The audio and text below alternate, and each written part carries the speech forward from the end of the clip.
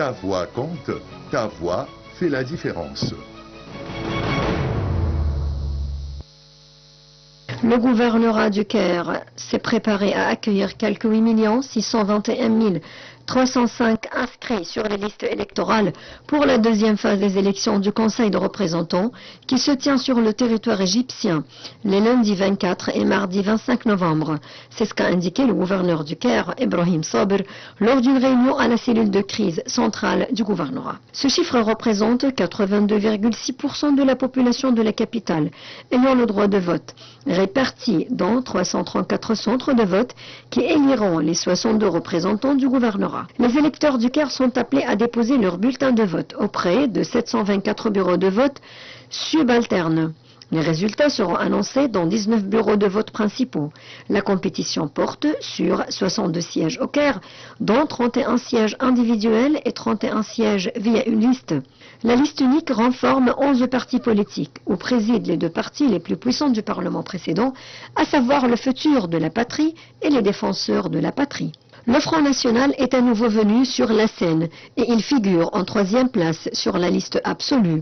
La deuxième phase des élections, qui a débuté le lundi 24 novembre, engage au niveau national un total de 34 millions d'électeurs, dont 13 gouvernorats d'après le calendrier annoncé par l'autorité nationale des élections.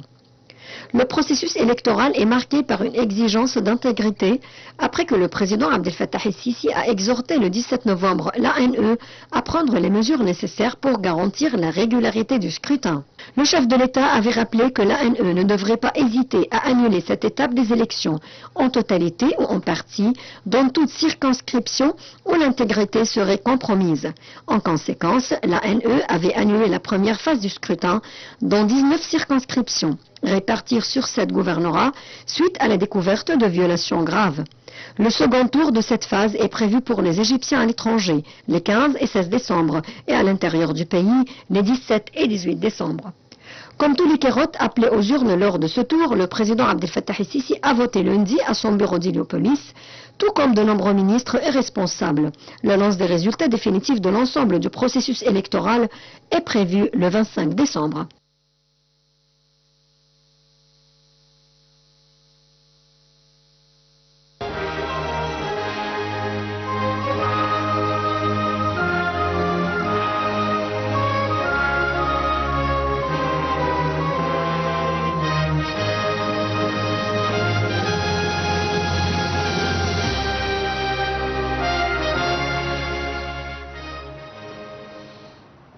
Et toujours, nous poursuivons notre couverture de la deuxième phase des législatives en Égypte, et tout en rappelant que les Égyptiens ont commencé hier à voter lors de la deuxième phase des élections, tandis que les autorités avaient annulé les résultats du premier tour dans une vingtaine de circonscriptions en raison d'allégations de violation.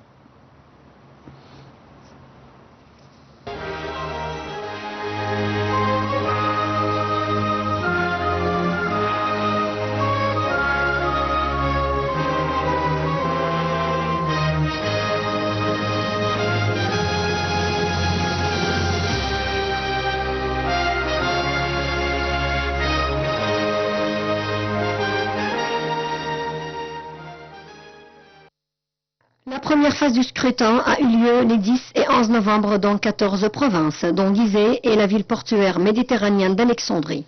De nombreux rapports ont fait état de violations, poussant le président Abdel Fattah el-Sisi à ordonner un réexamen des incidents. L'autorité nationale des élections a programmé un nouveau scrutin dans 19 circonscriptions réparties dans cette province, les 3 et 4 décembre.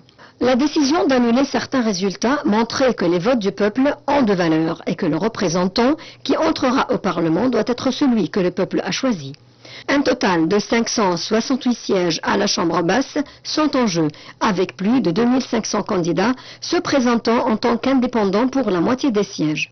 L'autre moitié est réservée aux partis politiques, tandis que le président el-Sisi nommera 28 membres, portant le nombre total à 596. Plus de 34 millions de personnes sont habilitées à voter lors de la deuxième phase.